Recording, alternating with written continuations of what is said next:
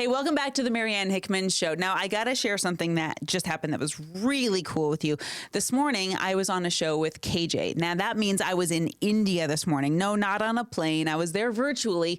But how cool is it? How cool is it that you and I live in the day and age where that was only dreamed of by just our great grandparents, or if you're me, with just your grandparents. My grandma was born in 1904, but I was broadcast in India this morning and all over the world because I hopped on a podcast featured by this amazing host. He hosts a masterclass. And when I was listening to him, one of the coolest things I love about what KJ is doing is that he says every episode is dedicated to every listener learning something new that can make them money and just enrich their lives. Every episode is dedicated to that. So when I hopped on his episode, this is one where we talked about how to make money from stage, what kind of stages you should be on, how to get on stage quickly. Is it easier to get paid from stage, or is it easier to just hop on a stage? And then at the end, we shifted gears into something that's really meaningful to me. I mean, if you know me, you know my goal is to put you on 1 million stages and help you make your share of $1 billion doing it. Maybe that full billion, we get to do multiples together. It doesn't matter. But my goal is to make good people crazy wealthy through the power of their voice. And he asked me at the end of the show, he said, how do you measure that? How do you know, aside from wealth, aside from dollars in the bank account, how do you know you're having an impact with your voice? You got to check it out in this episode and then go watch his channel. You got to check out what he's doing over all the way in India and maybe even be a guest on his show. Look forward to hearing what you think about it right here on the Marianne Hickman Show. Welcome to this very special edition of the KAJ Masterclass Live, the show which ensures that you profit from your time spent here with experts, either through their industry insights, information, or simply learning from them. And today we have Marianne Hickman, speaker trainer, and personal mentor, has graced over 2,000 stages worldwide. Not just a speaker, also a powerhouse in helping industry experts monetize their message and turn their speaking into a profitable business. Welcome to the show, Marianne. Thank you so much for having me, AJ. It's an honor to be here. You are welcome. Welcome to the show, Marianne. Welcome to India in this online form. And I'm sure not just in India, but a lot of people across the globe will benefit from what we are going to talk right now. We'll learn from you about secrets to profitable public speaking. That's a lot of money in there. We'll learn how to get that money into, especially for speakers. We'll learn all that. But before that, let's learn a bit about your background, your journey, so that people know who they are listening to. Absolutely. No, I started speaking, believe it or not, when I was 5. My church does a fantastic job of giving children the opportunity to take their turn for 2 minutes up on the stand and give them a topic and a chance to speak. And I started then. Speaking to larger groups, thankfully, again, through my church. And then I started going to school, and I learned that speaking could be more of a bigger opportunity outside of religion. And my English teacher, I'll never forget, Mrs. Wilson, she said, Marianne, I want you to speak competitively. And I thought the only way to speak competitively was to get into an argument. I didn't know what competitive speaking was. And she said, there's this club that you can be a part of, and we'll take you down there. And the other kids are jumping in, and there's a specific topic they want you to speak on. And then they're going to vote for who they think is the best. And I went to that, and I won that competition. They said, great, now you're going to go to the regionals, where other kids who won their competitions, they're going to compete now. And we went to the regionals, and I won that competition. And then we went to state. This is growing up in the state of Colorado, USA, competed in the state competition. And there I met some awe-inspiring, jaw-dropping other kids that were speaking. And I thought to myself, this could be more. This could be bigger. What does this look like when you're a grown-up and you start speaking? If these kids are this good, what does this look like? Well, I didn't take the first place prize there. I went home and I kind of forgot about it until I was in my 20s. And my sister-in-law invited me to a seminar, and there it was again. Another speaker, not a performer, not a magician, not a crazy performance. It was just words, but words delivered so beautifully. And then I watched this speaker said something. And he said, if you want to buy my stuff, get up. It's $300. Go back to the back of the room and buy it. And I watched 80, 90 people stand up out of their seats, and they went to the back of the room and they bought the $300 thing. And I wasn't a whiz at math, but I thought to myself, that guy just made thousands of dollars in just a moment. How did he do that? And that's what started catapulting. I went to seminar after seminar. I studied and I studied. And eventually I was the one that was invited to speak on stage. And then I got to do what I now know is the call to action. And then I got to make money through speaking. And the beautiful part of it is that the money that comes through speaking is a direct correlation of the value that you deliver to the audience. So the more lives that you can bless in a better way, the more money you're going to make doing it. Absolutely, absolutely, Marianne. But people can speak, but speaking is a totally different work. Everyone can speaking, but this speaking is a bit different than normal speaking that we call. Do you need that gift of the gab for this, Marianne, or is it that anyone can do it? Well, just like anything, I think anyone can run a mile, but they have to train for it. Anyone can eat good food, but it's better if you practice eating good food. So I wouldn't say that the gift of the gab is actually an asset when it comes to speaking, because if you have, quote unquote, the gift of the gab, usually that means that you're speaking without listening. You're just pontificating. You're not actually listening to the audience. You're not understanding what is coming energetically from the audience. And we've heard it. We've heard plenty of lectures, right? You and I have heard plenty of lectures, people that just get up and they talk and they talk and they talk, and nothing happens in our lives. We're not better because of it. We were probably distracted the entire time on our phones or texting somebody else or whatever it is. So when it comes to speaking, it's not just about words exiting my mouth, it's about communicating. And that becomes a two-way street. That is when you learn to use the language of silence. It's when you learn to ask non-rhetorical questions of your audience. And my goal as a speaker and a speaker trainer is to not just get up and speak and deliver a lecture. My goal is to transform my audience so that they are better people when they leave. Their habits are different, their beliefs are different, their behaviors are different and better because we spent time together, because otherwise, what are we doing? Absolutely, absolutely. So, Marianne, you are a speaker trainer, apart from being a global speaker yourself. I want to understand from you. People generally, when they talk about speaking, they think it's about speaking something worthwhile. People like it, and you get paid for it. The services and all those things come. Only the speakers knows or the buyers know. General public do not think much about it, but they think these speakers earn money by speaking. But is that speaking all about? As a speaker trainer, what do your clients come to you? Not everyone wants to get on the stage and earn money out of speaking. They must be having business, they must be doing something else. I want you to throw some light on that aspect of speaking. What more can you doing with good speaking beyond being a good speaker on stage and getting money? Or maybe some speakers, they don't charge money, but they are beyond that personality, much more beyond that. Yeah, well, there's lots of reasons that people speak. There's lots of reasons that people want to get on stage. Some of the reasons aren't that flattering. If I'm this person and I want to get on stage just to satisfy my own ego, then you don't have a very long speaking career in front of you. I'll tell you that much. Because when people don't want to get up and listen to someone who's just talking all about how great they are and how many things that they have accomplished and all of their awards, nobody cares.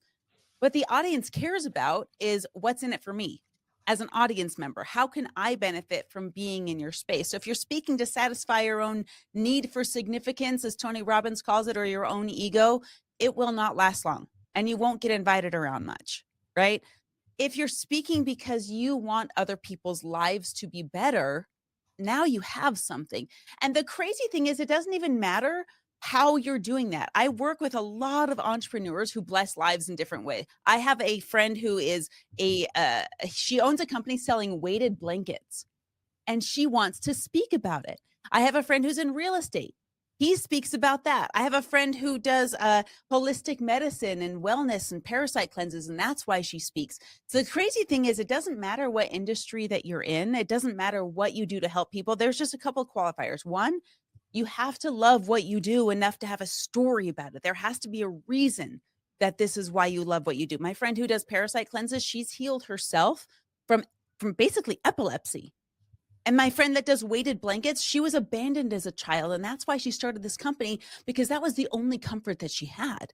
There's a deep story behind each one of these things. And now they've made businesses about it because they love it so much. And I believe if you're an entrepreneur and you're in business, the best way to grow your influence, the best way to grow your business, you have to be on stage, because if you're invisible, nobody can see you. Nobody knows what you do. I was talking to Pace Morby, who throws these big events, thousands of people in the room.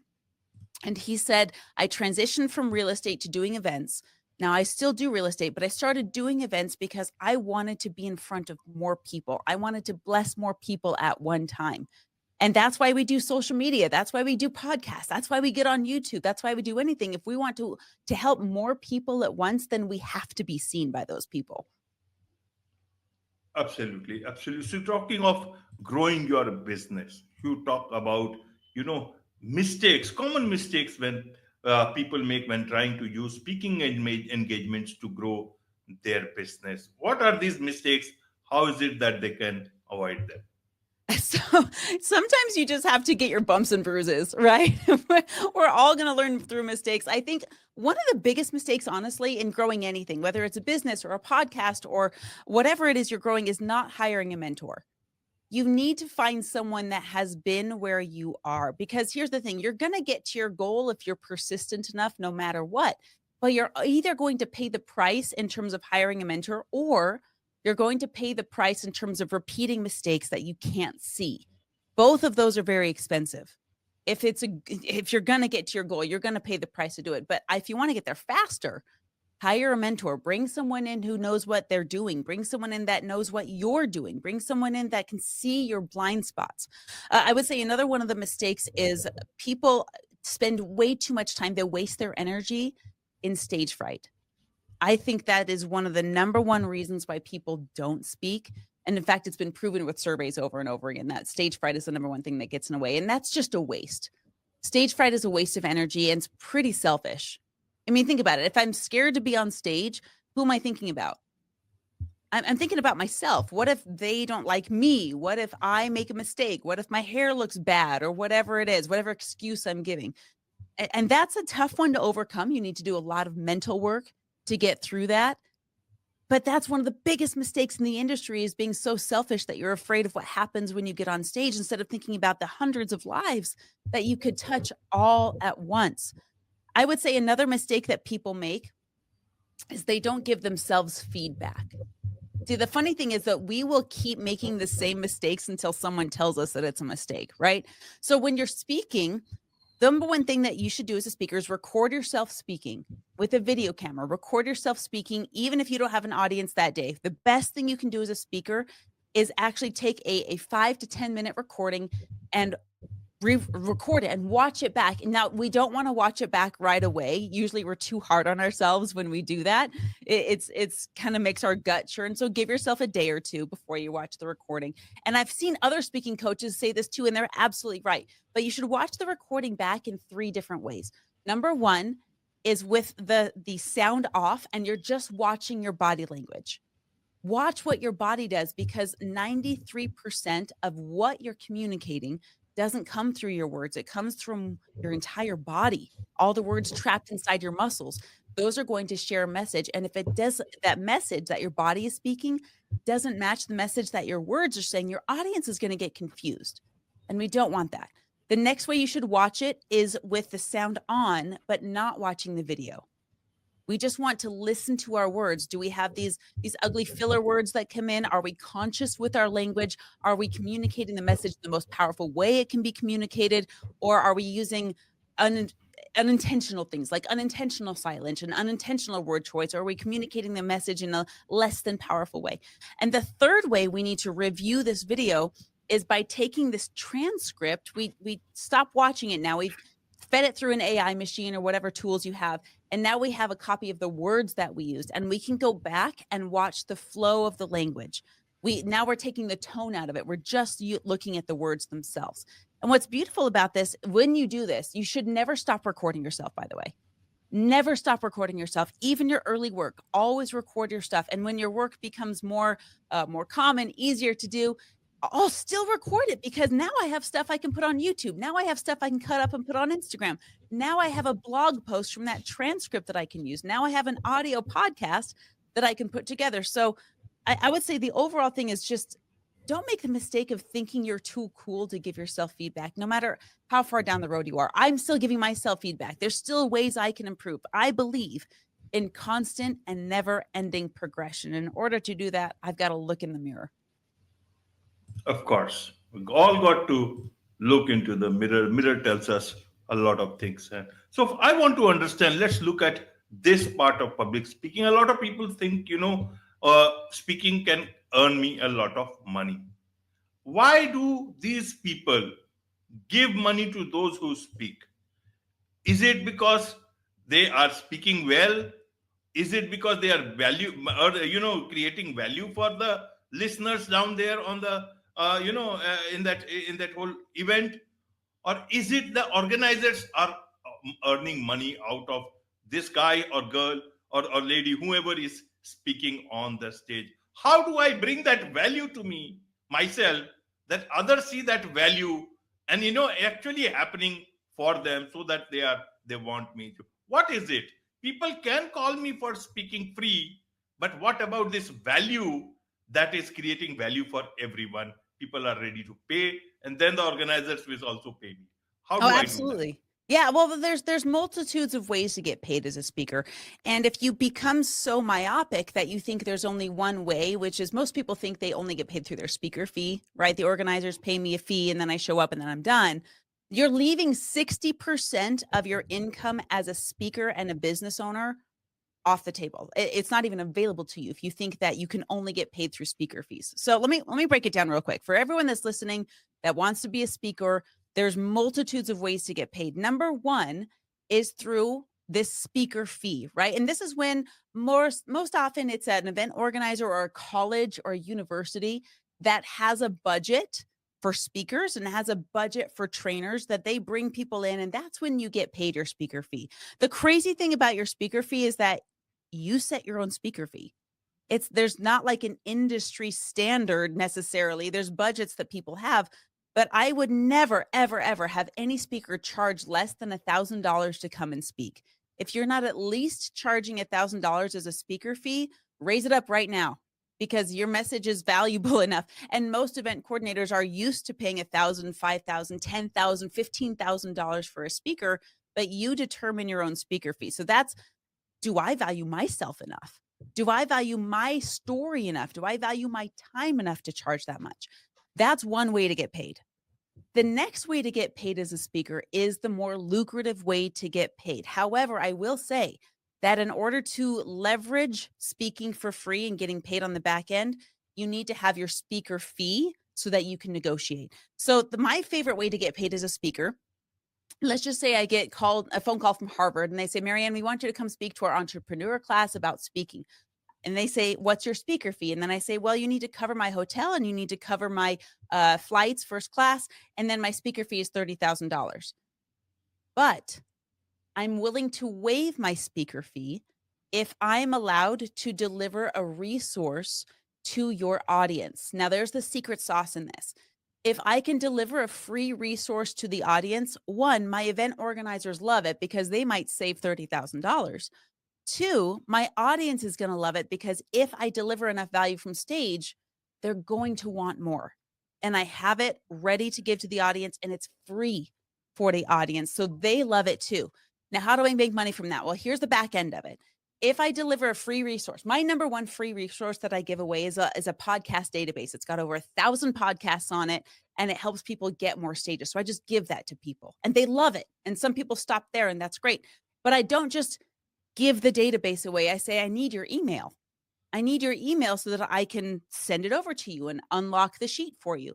And in getting their email, now I own the list. Now I have my audience.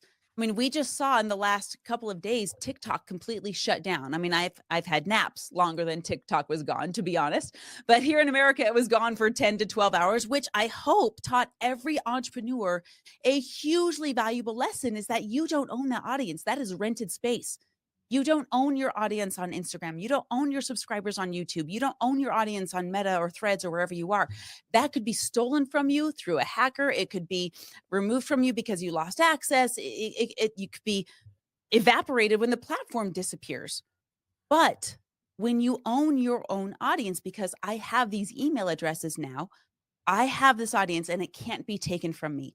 And then through that audience, because I know they like my stuff already because they downloaded it, now I can offer the next most logical thing to them. Let's just say that I have 1,000 people in the room that downloaded my podcast database. Well, the next logical step could be, okay, how much time, audience member, are you spending applying for podcasts? You could be spending 3 hours a month. Okay, now how valuable is your time? Oh, your time is worth $100 an hour. That means you're spending $300 applying for podcasts.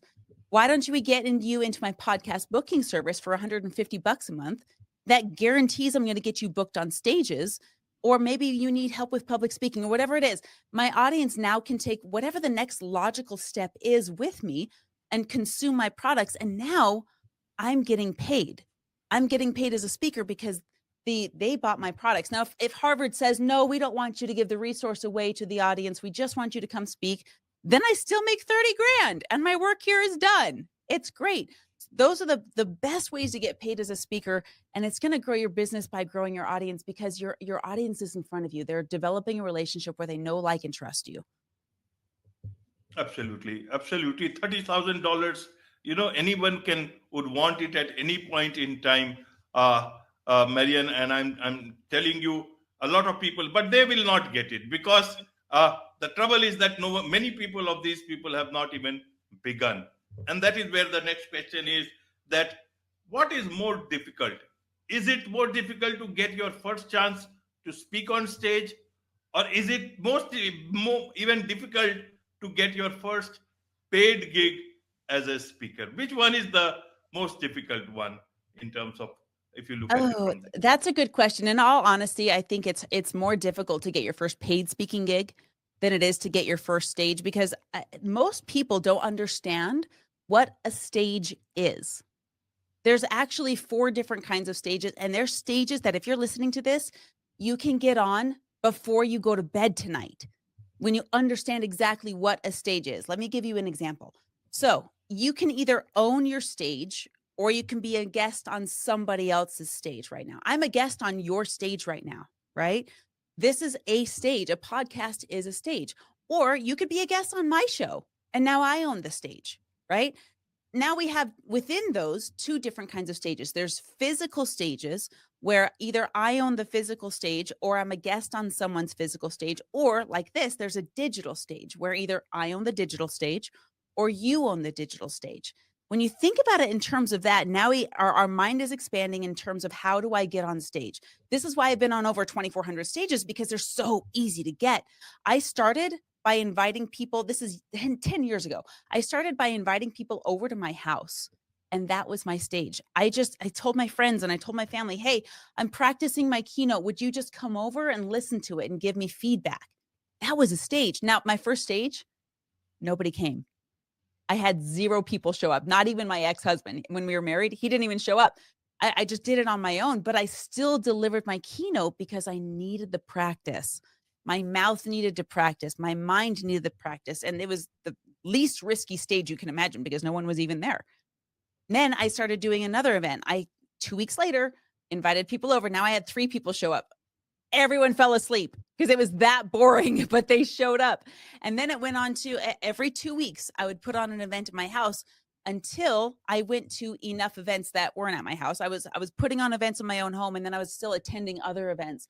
And the more you attend other events, the more you become a recognized face at those events.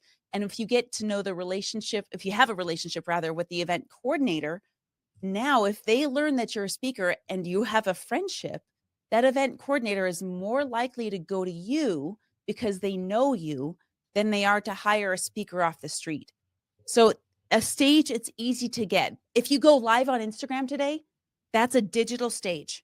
That's a stage that you can share your keynote for 2 minutes or for 10 minutes on a live on Instagram. That's a stage. You can do that.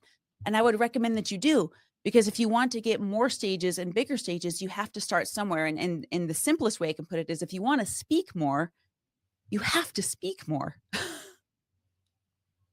Absolutely, absolutely. Marian, where do you see this whole trend of, speaking? Is it going to be better, bigger for speakers, or is it going to be, especially why I ask this is people are talking of avatars in terms of virtual reality, augmented reality for speakers. Is it a good thing or not so good thing, or they can actually utilize it to reach to bigger stages, and better stages even across the globe? How do you see this whole new thing that is opening up for speakers?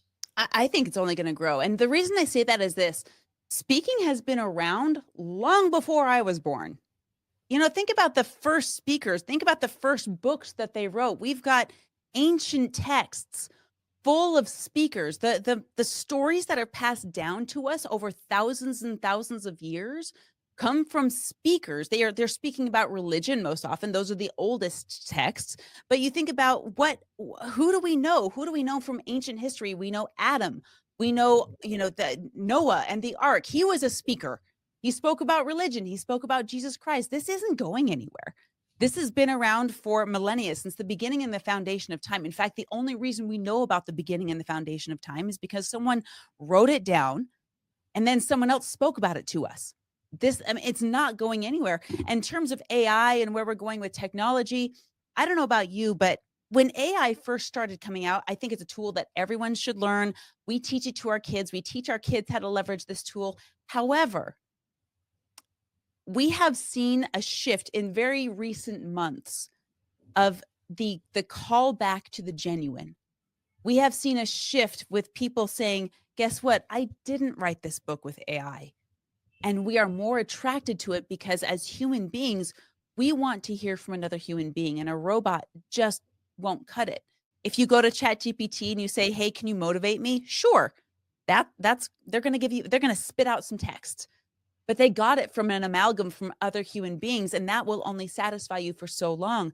What happens when you get in the room, whether it's a physical room or even a digital room with another human being, that's something that can never be robbed from us. It will never go away. Our desire for that, our desire for authentic connection. Tony Robbins calls it the 6 basic human needs, and one of them is connection. And I don't think, as far as my ability to prophesy goes, I don't think we're ever going to have an experience where my connection with a robot is deeper than my connection with another human. Even those people that are addicted to video games, do you know why?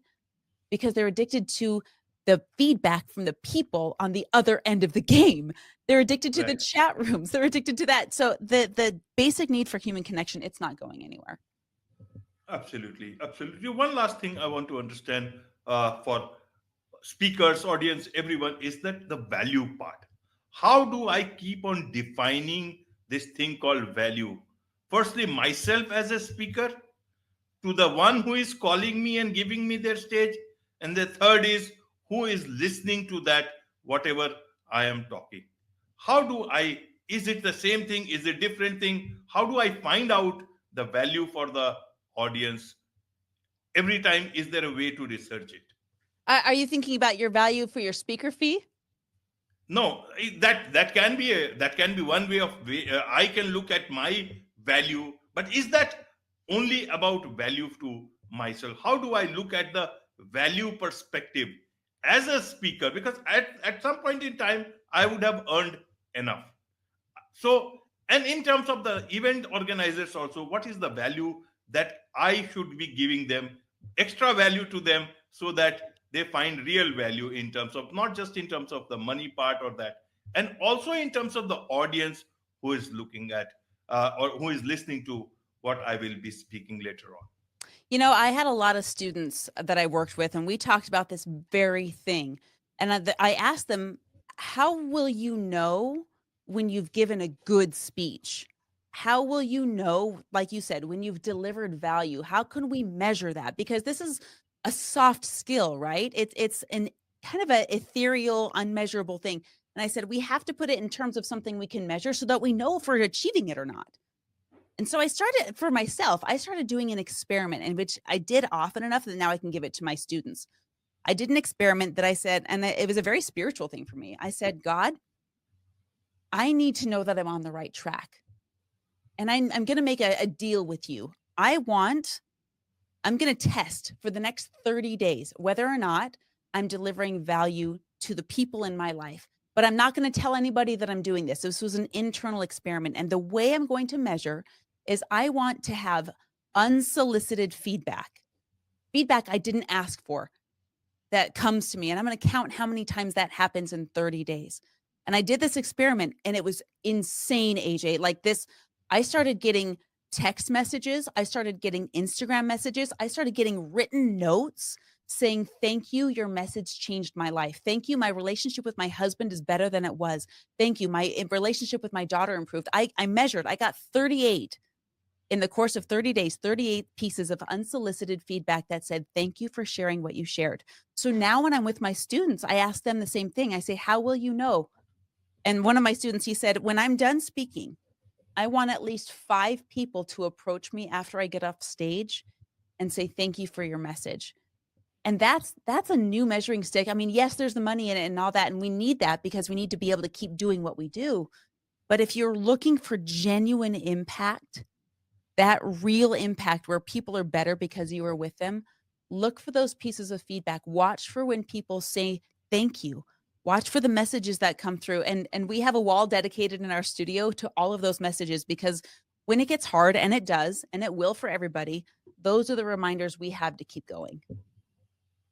Absolutely. Well explained. Well explained indeed, Marianne. And I'm sure a lot of people would want to learn all these things from you, learn more about you, about your journey, about everything that you do. What is the best way that they can connect with you, Marianne?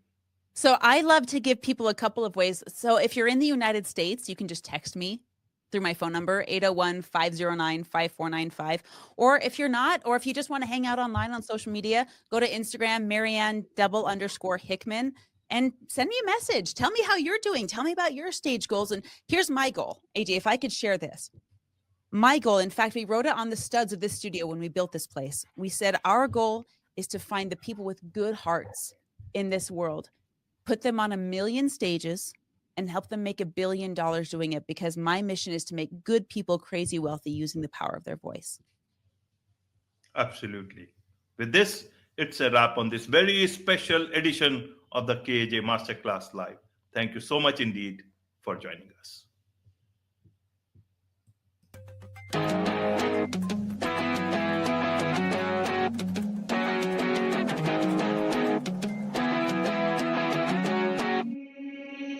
Hey, what's up? Marianne Hickman here. Hey, listen, I hope you enjoyed that episode. We have some pretty amazing speakers on my podcast, and of course, more to come. If this is something that you enjoyed, guys, smash the like button, smash the subscribe button. You guys know what to do. I love your comments, and I respond to every single one of them personally, not a bot or an agency. So if this is something you're enjoying, tell me about it. Tell me your gold nuggets. I want to hear from you. But here's the most important thing I want you to laser in on. I told you about the podcast database. You've probably seen me post about it all over social media. I want to make sure that you get it. So here's what I want you to do. Go to mariannehickman.com/database. Once you put all of your information in there, I'm going to send you the document. You request access to it. Boom, it's unlocked. Once you're in there, my rule of thumb is to apply to 10 podcasts a month. It's very digestible. It's very easy to do. And the database gets updated twice a week. So I want you constantly checking back in there for the next podcast that fits your audience. Thank you for being here. Much love to you, and we'll see you in the next episode.